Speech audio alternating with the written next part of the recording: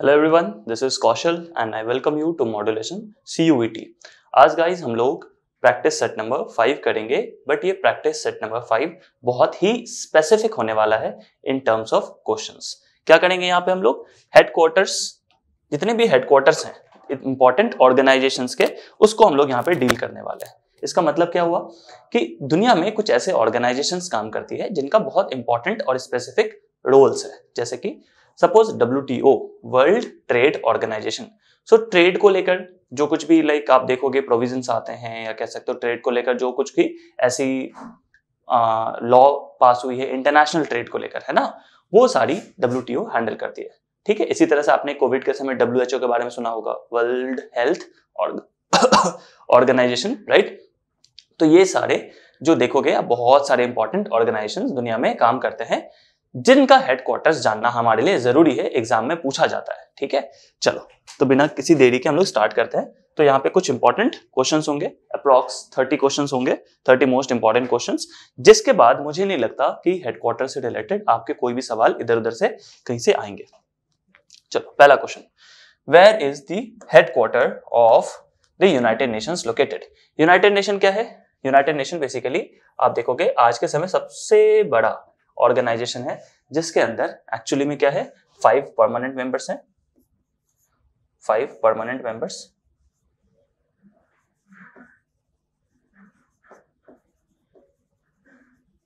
5 permanent member है, 5 permanent members हैं। और ये एक्चुअली बनाया गया था वर्ल्ड वॉर 2 के बाद। ये इसलिए बनाया गया था ताकि दुनिया में शांति स्थापना हमेशा की जा सके, या कुछ भी अगर टर्बुलेंस आता है उसको कंटेन किया जा सके। इससे पहले हम लोगों ने लीग ऑफ नेशन के बारे में कभी न कभी सुना होगा, जिसको वर्ल्ड वॉर 1 के बाद बनाया गया था। वो बहुत बुरी तरह से फेल हो जाता है, तो फाइनली वर्ल्ड वॉर 2 के बाद क्या बनाया गया है? यूनाइटेड नेशन की स्थापना की गई कि फिर से थर्ड वर्ल्ड वॉर एक्चुअली ना हो जाए। तो इसका हेडक्वार्टर आप देखोगे यूनाइटेड नेशन का कहाँ पे है? न्यूयॉर्क सिटी में, न्यूयॉर्क सिटी। ठीक है, न्यूयॉर्क सिटी कह लो, न्यूयॉर्क सिटी, जो कि USA के अंदर है। ठीक है, यूनाइटेड नेशंस की फॉर्मेशन कब हुई है?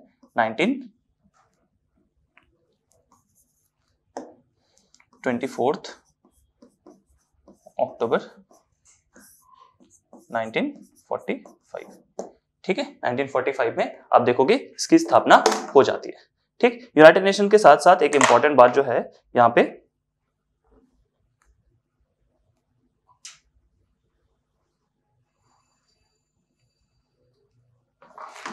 ठीक है, यूनाइटेड नेशंस के साथ साथ एक इंपॉर्टेंट बात यह है कि आज के समय दुनिया में 190 से भी ज्यादा कंट्री इसको ज्वाइन कर चुकी है। ठीक है, और इसकी असेंबली होती है। चलिए next, which city serves as the headquarter of International Monetary Fund? ठीक है, एक बात पहले मैं आपको बताता चलूं, यहां पे देखो, एक नाम है IMF और दूसरा नाम है वर्ल्ड बैंक। ठीक है, दोनों ही एक्चुअली अमेरिकन बेस्ड जो ग्रुप है वो चलाती है। ठीक है, IMF इंटरनेशनल मॉनेटरी फंड, ये उन कंट्रीज को दिया जाता है जहां की इकोनॉमी बहुत ही ज्यादा बुरे दौर से गुजरती है। ठीक है, और वर्ल्ड बैंक कहां लोन देती है? डेवलपिंग नेशंस को, डेवलपिंग नेशंस को। ठीक है, जैसे मान लो सपोज इंडिया बहुत डेवलप कर रहा है, और मान लो इंडिया में वर्ल्ड बैंक को पता है ये बात कि अगर हम उनको लोन दे, मान लो ट्रेन्स को लेकर देते हैं या बुलेट ट्रेन्स को लेकर दे रहे हैं, ठीक है, तो वर्ल्ड बैंक को ये बात पता है कि इंडिया में आबादी इतनी है या जो ग्रोथ चल रहा है उस हिसाब से वो प्रोजेक्ट फेल तो नहीं होने वाला, तो वर्ल्ड बैंक वहां पे जाके लोन देगी। ठीक है, लेकिन IMF वहां लोन नहीं देती। IMF कहां देती है? जहां की इकोनॉमिक क्राइसिस आ जाती है, चीजें बहुत खराब स्टेटस में पहुंच जाती है। जैसे कि अभी सुनोगे आप, इंडिया के बगल में पाकिस्तान है, पाकिस्तान की इकोनॉमिक हालत बहुत ज्यादा खराब हो गई है, तो वहां पे वर्ल्ड बैंक जाके अपना लोन नहीं देगा, IMF जाके देगा, लेकिन कुछ शर्तों के बाद। इंपॉर्टेंट ये है, IMF के बहुत सारे शर्त होते हैं कि आपको यहाँ पे ये वाले टैक्स बढ़ाना पड़ेगा इतना, आपको ये वाले जो लग्जरी थी या सब्सिडी देते थे आप, उनको रोकना पड़ेगा, ये बातें आपको फॉलो करनी पड़ेंगी IMF की। वर्ल्ड बैंक का इतना नहीं होता, इनके रेट्स भी सस्ते होते हैं, बस इनको ये प्रोजेक्ट दिखना चाहिए कि आगे काम होगा या नहीं होगा। ठीक है, तो दोनों मैंने बताया US बेस्ड है, और दोनों ही कहाँ पे है? एक्चुअली वॉशिंगटन DC में है। ठीक है, तो इसकी राइट आंसर क्या हो जाएगी? Headquarter of IMF is in Washington DC, जो कि USA की कैपिटल भी है। ठीक है, चलिए next is WHO, World Health Organisation. ठीक है, सो WHO की हेडक्वार्टर आप देखो कहां पे है? WHO का हेडक्वार्टर है जेनेवा। ठीक है, जेनेवा कहां पे है? स्विट्जरलैंड में। ठीक है, तो दो अभी आने वाले टाइम में आपको दो ऐसे सिटी सुनने को मिलेगा, एक तो जेनेवा और दूसरा आपको नाम सुनने को मिलेगा वियना। ठीक है, ये दोनों ही शहर इतने इंपॉर्टेंट है कि यहाँ पे हेडक्वार्टर्स बहुत सारों को बनाया गया है। ठीक है, इसके पीछे का एक थोड़ा हिस्टोरिकल कारण भी है। आप देख रहे हो स्विट्जरलैंड, स्विट्जरलैंड के अंदर है जेनेवा। तो स्विट्जरलैंड आप देखोगे पूरा का पूरा अमेरिका एंड यूरोप में इकलौता ऐसा कंट्री है जो कभी भी अटैक ना किया है, ना उस पर किसी ने अटैक किया है। तो जहां की गवर्नमेंट स्टेबल होगी, कंट्री स्टेबल होगी, लोग हेडक्वार्टर्स कहां बनाना चाहेंगे अपना? उसी जगह पे। बहुत नॉर्मल सी बात है। सपोज आपको पता चल जाए कि आज के समय मैं यहाँ पे इन्वेस्टमेंट करूंगा, यहाँ पे मान लो अपना प्रॉपर्टी लूंगा, ठीक है, और यहाँ की प्रॉपर्टी हमेशा दाम बढ़ते रहेगी और कभी भी कोई प्रॉब्लम नहीं आएगा, आप ऐसे जगह पे चाहोगे ना इन्वेस्ट करना। तो सारे जो ज्यादातर ऐसे ऐसे ऑर्गेनाइजेशंस हैं, इनकी हेडक्वार्टर्स भी जनरली आप देखोगे स्विट्जरलैंड के अंदर जेनेवा जो है वहां पे है, या फिर ऑस्ट्रिया के अंदर वियना है, वहां पे भी रखी गई है। ठीक है, तो एक तो रीजन ये है कि बस मैंने बता दिया आपको हेडक्वार्टर्स, लेकिन ये भी बताना जरूरी है कि क्यों है इस जगह पे। ठीक है, so health organisation, World Health Organisation का काम क्या है कि दुनिया में कोई भी अगर पैंडेमिक आती है, ठीक है, उसको लेकर लोगों को जागरूक करना। दूसरा आप देखोगे यहाँ पे एक और इंपॉर्टेंट काम इनका क्या है कि अगर कोई भी, जैसे मान लो इंडिया में पोलियो एक समय बहुत था, ठीक है, तो यहाँ पे फ्री वैक्सीनेशन करवाना भी किनका काम है? WHO का। और WHO को फंडिंग आती है सारे कंट्री से। सबसे ज्यादा फंडिंग किससे मिलती है वर्ल्ड बैंक को? USA के साइड से। ठीक है, ये आपको ध्यान रखना पड़ेगा, USA के साइड से। एक समय डोनाल्ड ट्रंप ने बोल दिया था कि WHO को वो फंडिंग नहीं करेंगे। इससे पूरी की पूरी WHO की हालत खराब हो गई थी इस चीज से, क्योंकि अच्छे खासे $बिलियन में इनके पास पैसे जाते हैं। ठीक है, चलिए कोविड के लिए भी हमें जो अलग अलग वेरिएंट्स आते हैं, क्या हो रहा था, तो यहाँ बेसिकली रिसर्च चलता रहता है। पोलियो से रिलेटेड, बाकी जितनी बीमारियां हैं उनसे रिलेटेड हमेशा रिसर्च यहाँ पे चलता रहता है। Where is the European Central Bank headquartered? तो यूरोपियन सेंट्रल बैंक का हेडक्वार्टर कहाँ है? मैं आपको बस थोड़ा तरीका समझा रहा हूँ, कल को मान लो आपको एक भी इसका आंसर नहीं आ रहा, ठीक है, मैं तो ऐसे ही सिखाऊंगा आपको कि आपको सपोज कुछ भी नहीं आ रहा, बट आपको सोचना है कि यूरोप का सेंट्रल बैंक कहाँ होगा। एक चीज सोचो, सेंट्रल बैंक कहाँ होती है? ऐसे जगह पे जहां पे इकोनॉमी की बात हो रही हो या ज्यादा इकोनॉमी अच्छा हो वहां पे। जैसे इंडिया का आप देखोगे सेंट्रल बैंक कहाँ है? कौन है? RBI। और RBI की एक्चुअली हेडक्वार्टर कहाँ है? दिल्ली नहीं है, मुंबई है, राइट, क्योंकि इकोनॉमिक हब है वो। ये होता ही होता है। जो बैंक्स होते हैं, बैंक्स किससे रिलेटेड? इकोनॉमी से, पैसे से।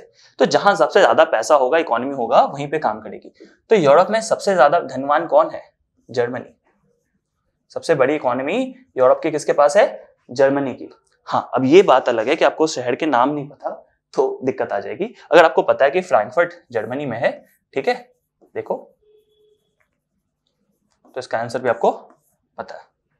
समझ पा रहे हो? इसलिए इंसान को बोला जाता है कि थोड़ा सा जिज्ञासु रहोगे ना, थोड़ा जानने की इच्छा रखोगे, शहरों का नाम जानोगे दुनिया में, या दुनिया की कुछ न्यूज आपके पास रहेगा, तो आप बहुत आसानी से कुछ क्वेश्चन तो ऐसे बना लोगे। जरूरी नहीं कि स्पेसिफिक होकर उसके बारे में आपको पढ़ना पड़ेगा। सो यूरोपियन सेंट्रल बैंक कहाँ पे है? जर्मनी में, जर्मनी के शहर फ्रैंकफर्ट में। ठीक है, चलिए। सो यूरोपियन सेंट्रल बैंक कुछ भी नहीं, जैसे हमारा RBI सेंट्रल बैंक है, इसी तरह से Europe as a country, as a पूरा का पूरा कॉन्टिनेंट में आप देखोगे यूरोपियन यूनियन है, उनकी अपनी एक सेंट्रल बैंक है ये। ठीक है, चलिए। The Organisation of Petroleum Exporting Countries, that is OPEC, is based in. ठीक है, और इसका नाम में देखो ऑप्शंस जो दिया गया है, इस पे बहुत गौर करना।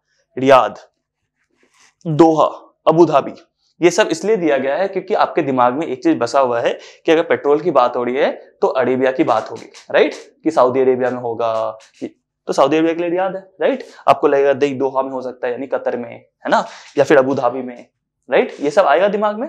लेकिन इंटरेस्टिंगली इनमें से कोई भी इनका हेडक्वार्टर नहीं है।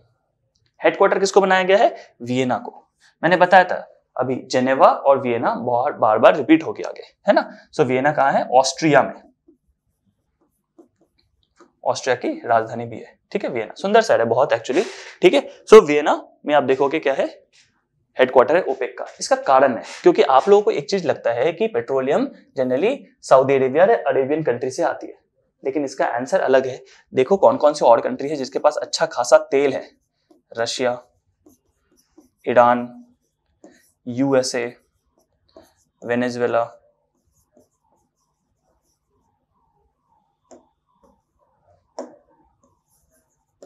ठीक है, आपको देखोगे नाइजीरिया, ये सारे भी कंट्रीज तो हैं, है ना, इराक, ये सारे कंट्री अरेबिया का पार्ट तो है नहीं। ठीक है, तो हमें थोड़ा तो पता चलना चाहिए कि ये सारे कंट्रीज भी क्या करते हैं? अच्छा खासा तेल प्रोड्यूस करते हैं। ठीक। और वेनेजुएला दुनिया में सबसे ज्यादा क्या करता है, तेल रखता है, ठीक है, यानी सबसे ज्यादा रिजर्व किसके पास है, वेनेजुएला के पास ही है। क्लियर है ये चीज, तो Vienna is the right answer. चलिए नेक्स्ट चलते हैं हम लोग नेक्स्ट क्वेश्चन की तरफ। Which city hosts the headquarter of the international red cross, ठीक है। इंटरनेशनल रेड क्रॉस की जो राजधानी है वो भी जेनेवा में है। जेनेवा कहां पे, मैंने बताया था आपको, स्विट्जरलैंड में, ठीक है।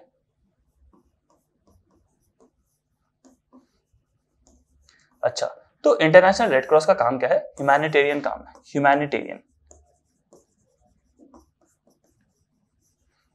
ह्यूमैनिटेरियन लेवल पे जो काम होता है। जैसे कि आप देखोगे रेड क्रॉस, आपने हॉस्पिटल्स बहुत सुने होंगे नाम से, है ना, तो ये फंडिंग्स पे चलती है। जो बड़े बड़े लोग होते हैं, लाइक मान लो यूरोप में या ऐसे लोगों में, ठीक है, ये लोग थोड़े थोड़े फंडिंग करते हैं, उसके हिसाब से इंटरनेशनल रेड क्रॉस चलता है। इसके साथ साथ जो इंटरनेशनल रेड क्रॉस है, जो ह्यूमैनिटेरियन एड्स देता है लोगों को, दैट इज मदद देता है, ये बेसिकली आप देखोगे पूरी की पूरी असिस्टेंस पे चलेगा। कंट्रीज भी देती है, इंडिविजुअल्स भी लाके देते हैं, ठीक है, और जो इनकी अपनी इनकम होती है इससे ये और भी ब्रांचेस खोलते हैं। So basically non profitable organisation है, यानी प्रॉफिट्स के लिए काम नहीं करती, ठीक है, ये आपको ध्यान रखना है। The World trade Organisation WTO is located in, WTO कहां पे, जेनेवा में, ठीक है। जेनेवा मतलब मैंने बताया था स्विट्जरलैंड, ठीक है, जेनेवा मतलब स्विट्जरलैंड। वर्ल्ड ट्रेड ऑर्गेनाइजेशन यानी WTO, वर्ल्ड ट्रेड ऑर्गेनाइजेशन क्या करती है, वर्ल्ड ट्रेड ऑर्गेनाइजेशन क्या करती है कि सपोज मान के चलो मेरे देश में चाइना ने क्या किया कि पूरी की पूरी उसने प्लानिंग कर ली कि पूरी की पूरी इंडिया की क्या करेंगे, जो स्टील का मैन्युफैक्चरिंग है उसको बंद करवा देंगे। इसके लिए क्या कर सकते हैं वो, इसके लिए वो ये कर सकते हैं कि सपोज उनको पता चल गया कि इंडिया में क्या करेंगे, स्टील का जो दाम है, सपोज के लिए 1 किलो का दाम 50 रुपए, ठीक है, यानी उसको बनाने में भी उनको ये भी पता चल गया कि टाटा स्टील को स्टील बनाने में भी 40 रुपए तो लग ही रहे, ठीक है। अब चाइना क्या करेगा, पूरी की पूरी इंडस्ट्री बैठाने के लिए वो थोड़ा लॉस सहेगा, है ना, वो बोलेगा ठीक है मेरे पास तो बहुत पैसे है, बाकी सोर्सेस से मैं पैसे कमा लूंगा, इंडिया को ना 30 रुपए करके बेचना स्टार्ट कर दो स्टील, ठीक, और 1 साल तक बेचते रहो। अब क्या होगा, 1 साल तक लगातार उसने अगर 30 रुपए करके दाम करके बेचता रहा तो इंडिया में क्या इंडियन मार्केट से कोई खरीदेगा, सोचो कि अगर 50 रुपए का सामान 30 रुपए मिलने लगे तो कोई 50 रुपए में खरीदेगा उस सामान को, नहीं खरीदता। लेकिन WTO एक्चुअली इन सब चीजों को नोटिस करती है। आप वहां पे एप्लीकेशन दे सकते हो कि डंपिंग की जा रही है, सब्सटेंसेस की डंपिंग कर रहे हैं, मतलब चाइना यहाँ पे डंप कर रहा है सस्ते दामों में, वो कहीं और चीजों से कमा रहा है ना, यहाँ लॉस सह रहा है, बट उसकी इंटेंशन क्या है कि यहाँ की ये इंडस्ट्री को खत्म कर देना हमेशा के लिए। कल को जब मान लो टाटा स्टील बंद हो गया, जिंदल स्टील बंद हो गया, जितने भी स्टील की कंपनी बंद हो गई सपोज, फिर वो 30 रुपए की जगह आपसे 80 रुपए भी ले आप दोगे ना, फिर कोई ऑप्शन रहेगा, ऑल्टरनेटिव रहेगा, नहीं रहेगा, ठीक है। तो कहीं ना कहीं एक हद तक थोड़ा बहुत जियो ने भी कहीं ना कहीं थोड़ा सा काम किया था, इस तरह से सब कुछ फ्री कर दिया था, राइट, और वो मार्केट से बाकी प्लेयर्स को क्या कर रहे थे, खत्म कर रहे थे, कि कल को जब अगर सारे मान लो प्लेयर्स खत्म हो जाते तो ये क्या कर पाते, ये आराम से आपसे ज्यादा चार्जेस में भी ले सकते थे, मोनोपोली बना लेते, ठीक है। तो कंट्री के रेस्पेक्ट में WTO काम करती है। एंटी डंपिंग ड्यूटीज आप उस पर लगा सकते हैं, जैसे मोबाइल फोन्स इंडिया में बहुत सस्ते दामों में चाइना हमेशा भेजता है, ठीक है, उसकी ब्रांडिंग करता है, इतने बड़े बड़े जो आप देखोगे स्टार्स है उनको पैसे देता है, सब कुछ करता है, उसके बाद भी सस्ते दामों में बेचता है ना, क्योंकि इंडिया में वो कभी नहीं चाहता कि इलेक्ट्रॉनिक इंडस्ट्री बैठ जाए, अच्छे से उसकी इंडस्ट्री बन जाए, क्योंकि अगर इंडिया में इंडस्ट्री अच्छे से बन गई तो आसपास के कंट्री क्या करेंगे, हो सकता है इंडिया से लेना स्टार्ट कर दे, क्योंकि ट्रांसपोर्टेशन कॉस्ट कम लगेगी। बांग्लादेश मान लो सपोज पाकिस्तान या श्रीलंका है ना, तो डिपेंडेंसी बना के रखा हुआ है, ठीक। तो ये याद रखो WTO, दैट इज WTO का जो हेडक्वार्टर वो कहाँ है, जेनेवा में। Next is where is North Atlantic Treaty Organisation NATO headquartered located, Brussels में है। ब्रुसेल्स कहाँ पे है, बेल्जियम में, ठीक है। अब अलग बात है कि NATO में सबसे ज्यादा पावरफुल कंट्री कौन है, USA है, USA, ठीक है, USA सबसे पावरफुल है, लेकिन अपना हेडक्वार्टर कहाँ इन्होंने रखा है, ब्रुसेल्स में, दैट इज बेल्जियम के अंदर, ठीक। एक इंपॉर्टेंट बात, जो NATO है, NATO का फॉर्मेशन कब हुआ था, NATO का फॉर्मेशन आफ्टर वर्ल्ड वॉर 2 हुई है, ठीक है, NATO का फॉर्मेशन। और क्यों हुआ था, क्योंकि आप देखोगे उस समय का अगर आप हिस्ट्री पढ़ोगे थोड़ा बहुत तो आपको पता चलेगा वर्ल्ड वॉर 2 के बाद 2 ही सुपर पावर बची थी दुनिया में, England as a super power खत्म हो गई थी, डेमोलिश हो गई थी, राइट। तो आप देखोगे यहाँ पे क्या होता है, 2 सुपर पावर्स का राइज होगा, USA का एंड USSR का, ठीक है, जिसको सोवियत यूनियन कहते हैं। तो अमेरिका क्या करती है, अपने तरफ एक गुट बनाना स्टार्ट करता है, सिक्योरिटी अलायंस का नाम देकर, कि भाई अब तुम जो अगर मेरे साथ हो तो तुम्हारे ऊपर कभी भी अटैक हो सकता है, यूएसएसआर तुम पे कभी भी अटैक कर सकता है, तो तुम क्या करो, हमारे डिफेंस, सिक्योरिटी और अलायंस के अंदर आ जाओ। तो बहुत सारे कंट्री ने नेटो ज्वाइन करना स्टार्ट किया। इट्स लाइक कि एक तरह से गैंगस्टर है कोई और अपने में टीम जोड़ा जा रहा था, उस तरह से काम चल रहा था, 2 गुट में बंटना था। जैसे इंडिया को भी यूएसए ने बहुत प्रेशर दिया था, यूएसएसआर ने भी बहुत प्रेशर दिया था कि तुम मेरे साथ रहो, तुम मेरे साथ रहो, तभी तो स्टार्ट हुई थी NAM, non aligned movement, Jawaharlal Nehru के थ्रू। उन्होंने बोला था भाई हम अभी जस्ट आजाद हुए हैं, हम किसी का साथ ले लेंगे, कोई दूसरा हम पे अटैक कर देगा, हम तो कहीं के नहीं रहेंगे, है ना। तो NAM की फॉर्मेशन वहीं से हुई है, सब चीज का एक लिंक है, ठीक है। क्या करती है ILO करती क्या है, ये मिनिमम वेज फिक्स करती है, ठीक है, ध्यान दो इधर, मिनिमम वेजेस फिक्स करती है कि भाई इससे कम नहीं देना चाहिए, ठीक है। फिर किस पे बात करती है, कंडीशन ऑफ लेबर्स पे बात करती है कि आप क्या कर सकते हो उससे, ऐसा नहीं कि किसी भी कंडीशन में काम करा सकते हो, ठीक है। टाइम ऑफ वर्किंग आवर की बात करती है, ऐसा नहीं कि दिन भर में उससे 40 घंटे मतलब 16 घंटे काम करा रहे हो, ठीक है, कितने काम करा सकते हो। तो ये सारी जो बातें हैं ये क्या है, ILO डिसाइड करती है सारे ऑर्गेनाइजेशन के लिए, और आपको सबको फॉलो करना पड़ेगा ये एज अ कंट्री भी। यानी मिनिमम वेजेस फिक्स करते हैं लगभग, है ना। कंडीशन ऑफ लेबर्स देखना पड़ता है कि ऐसे हैजार्डस कंडीशन में ना हो रहा हो लेबर्स का काम, है ना। एंड साथ ही साथ टाइम ऑफ वर्किंग आवर्स को भी डिसाइड किया जाता है। ऐसा नहीं कि आप दिन भर में उससे 16 घंटे काम करा रहे हो, राइट। अगर अपने मन से स्व इच्छा क्या कर रहा है, काम कर रहा है, तो वो काम कर सकता है, लेकिन उसके लिए आपको क्या करना पड़ेगा, एग्रीमेंट बनाने पड़ेंगे, या फिर आपको कहीं ना कहीं उसके लिए उसको अलग से वेजेस देने पड़ेंगे extra, right. The headquarter of the International Criminal Police Organisation is in Lyon, ठीक है, लियोन में है International Criminal Police Organisation, Interpol, ठीक है। एक इंपॉर्टेंट बात, इंटरपोल के जितने भी आप देखोगे जो छोटे छोटे सब्सिडरी ब्रांचेस होते हैं लगभग सारे स्टेट्स में यानी सारे कंट्रीज़ में होते हैं, वहाँ से उसको इन्फॉर्मेशन आता रहता है। आप सुनते होगे कि अचानक से लेके कहीं पे सपोज बॉम्ब ब्लास्ट होने वाला था, ठीक है, तो इंटरपोल के सारे लोग क्या होते हैं, हमेशा घूमते रहते हैं, वर्ल्ड ऑर्डर के पीस के लिए ये काम करती है। ऐसा ना कि कहीं भी कुछ भी हो गया हो या कम्युनल राइट्स कहीं करवा दिया गया, इन सब चीज़ों पे ध्यान रखता है कौन, इंटरपोल, ठीक है। चलिए, where is the United Nations Educational Scientific and Cultural Organisation, UNESCO है ना। यूनेस्को की हेडक्वार्टर है पेरिस फ्रांस, ठीक है। फ्रांस के शहर पेरिस में इसकी क्या है, हेडक्वार्टर है यूनेस्को की। यूनेस्को अपने आप में ही क्या है, बहुत इंपॉर्टेंट, आप देखोगे विंग है किसका, यूनाइटेड नेशन का, दिख रहा है आपको, यूनाइटेड नेशंस, जहाँ पे educational Scientific and cultural organisations यानी एजुकेशन को लेकर काम करना, साइंटिफिक कुछ काम करना, ये सब चीज़ें चलती रहती है, ठीक है। इसी तरह से यूनिसेफ है यूनाइटेड नेशन का, जो चिल्ड्रन को लेकर जो कुछ प्रोग्राम्स चलते हैं, रिलीफ प्रोग्राम चलते हैं, वो सब भी आप देखोगे यूनाइटेड नेशंस चलाती है। उन सब में क्या किया जाता है, बच्चों को फ्री में पढ़ाया जाता है, ठीक है। यहाँ पे जो एजुकेशनल साइंटिफिक चीज़ें हैं यानी कल्चरल चीज़ें हैं, यूनेस्को उसको क्या करती है, धरोहर मानती है, एज अ हेरिटेज मानती है। जैसे UNESCO world heritage sites India में बहुत सारे हैं, जैसे आप देखोगे क्या, ताजमहल है ना, इसी तरह से रेड फोर्ट है, इसी तरह से आप देखोगे क्या कि जो जामा मस्जिद है वो सब है, ठीक। बहुत सारे मंदिर है, वृद्धेश्वर टेम्पल, ठीक है, एलोरा और अजंता का केव्स, ठीक। इस तरह से बहुत सारे जगहों को उन्होंने यूनेस्को का वर्ल्ड हेरिटेज साइट दिया है। यानी जो एजुकेशनली, साइंटिफिकली और कल्चरली इम्पोर्टेंस रखता हो, उन सबको क्या करती है, वो एक अपना टैग देती है कि ये जगह अपने आप में बहुत ही इंपॉर्टेंट जगह है, इसका क्या करना है, संरक्षण करना है, ठीक है। Next, the International Civil Aviation Organisation is in Montreal कहाँ पे है, कनाडा, ठीक है, कनाडा में, ठीक है। इंटरनेशनल सिविल एविएशन ऑर्गेनाइजेशन ये कहाँ पे है, मॉन्ट्रियल कनाडा में है, ठीक है, आपको ध्यान रखना है। चलिए next, where does Greenpeace International have its quarter, Amsterdam में, ठीक है। अच्छा, बहुत सारे का लग रहा है मुझे, ऑप्शन ए आ गया है, ठीक है।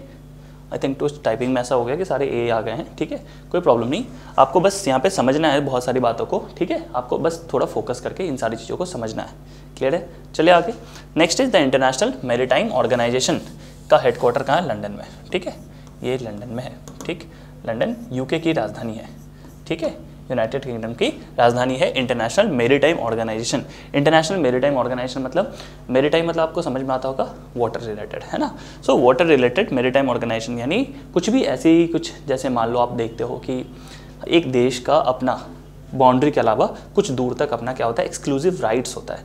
यानी मान लो इंडिया एज ए कंट्री है, राइट, अगर उसने क्या किया, उसके अपने केरला के आसपास उसने कुछ खुदाई करी और वहाँ से कुछ नेचुरल गैसेस निकल गए या फिर ऑयल निकल गया, ठीक है, तो इस पे किसका राइट होगा, इस पे इंडिया का ही राइट होगा, क्योंकि वो इंडिया के एक्सक्लूसिव जोन में आता है, ठीक है, 22 नॉटिकल माइल्स होती है। तो ये सब डिसाइड कौन करता है, ये इंटरनेशनल मैरीटाइम ऑर्गेनाइजेशन, ठीक है, लंदन में है। नेक्स्ट देखिए क्या है, where is World Meteorological Organisation, that is WMO headquarter कहाँ है, जेनेवा में, ठीक है। यहाँ से हमें क्या पता चलता है, हमें बहुत सारे ऐसे टेक्टोनिक मूवमेंट्स, ठीक है, या फिर दुनिया में जो अलग अलग तरह के साइक्लोन्स आ रही हैं, इन सब पे क्या होती है, रिसर्च चलती रहती है, काम चलता रहता है, ठीक है। बहुत सारे इफेक्ट्स हैं, आपने सुना होगा शायद कभी ना कभी, एल नीनो इफेक्ट, ठीक है, सदर्न ऑसिलेशन, ठीक है, वो कभी कभी अचानक से क्या होगा, आप देखोगे जो वेस्टर्न डिस्टर्बेंस आती है ना इंडिया में, जहाँ पे पंजाब में ठंड के मौसम में भी बारिश आ जाती है ना, वेस्टर्न साइक्लोनिक डिस्टर्बेंस जिसको बोलते हैं, जिसमें आप देखोगे जेट स्ट्रीम्स आ जाती हैं। तो ये सारे कुछ टॉपिक्स मैंने आपको बताए हैं जो छोटे छोटे, ये सब बहुत ही ज़्यादा फंडामेंटल टॉपिक्स हैं ज्योग्राफी के कॉन्टेक्स्ट में, है ना, जो आपको कहीं ना कहीं थोड़ा थोड़ा आना चाहिए। अगर आपको ये सब चीज़ें आती है तो आप समझ पाओगे इनका काम क्या है, ठीक है। तो ये सारी चीज़ें इनका काम है। साथ ही साथ ये मेट्रोलॉजिकल जो डिपार्टमेंट है ये क्या करेगा, ये जो ऊपर से उल्का पिंड गिरती है, ये सारी चीज़ें उन सब पे भी क्या करती है, काम करती है, ठीक है। चलो next, the Food and Agriculture Organisation. Food and Agriculture Organisation कहाँ है, रोम में, ठीक है, रोम में। अभी फूड एंड एग्रीकल्चर ऑर्गेनाइजेशन ने इंडिया में भी कुछ इन्वेस्टमेंट करी है, ठीक है, अभी नहीं, अभी तो टाइम हो गया, लगभग 6 महीने से 1 साल के अंदर इन्होंने अच्छा खासा इन्वेस्टमेंट किया था, ताकि इंडिया में क्या किया जा सके, बहुत सारे सिलोज बनाया जा सके। सिलोज क्या होता है, SILOS, सिलोज, ठीक है। सिलोज का मतलब होता है जहाँ पे इकट्ठा एक ही तरह का सामान रखा जाए, जैसे चावल हो गया तो चावल के ही बहुत सारी बोरियां एक जगह रख पाएंगे, उसको सिलोज कहते हैं। तो फूड एंड एग्रीकल्चर ऑर्गेनाइजेशन ने, जो कि रोम में स्थित है इसका हेडक्वार्टर, इन्होंने इंडिया में भी इन्वेस्टमेंट करके बहुत सारे सिलोज बनाए। फूड एंड एग्रीकल्चर ऑर्गेनाइजेशन को क्या किया गया है, बहुत बार सम्मानित किया गया है, बिकॉज क्या करती है ये बहुत समय जो कुछ गरीब लोग होते हैं जिनके पास साधन नहीं होता, उन तक ये खाना पहुंचाते भी हैं, ठीक है, as a social work. Which city is the home to International Monetary Fund, ये पढ़ा हुआ हमने, वॉशिंगटन DC, ठीक है। The Commonwealth of Nations Secretariat is based in London. So Commonwealth actually है किसका, UK का ही है, तो UK की राजधानी कहाँ होगी, लंदन में ही होगा, ठीक है। चलो एक इंपॉर्टेंट बात जो है ये मैं बता दूँ आपको, कॉमनवेल्थ गेम्स, ठीक है, कॉमनवेल्थ गेम्स स्टार्ट कहां से हुआ था, कनाडा से,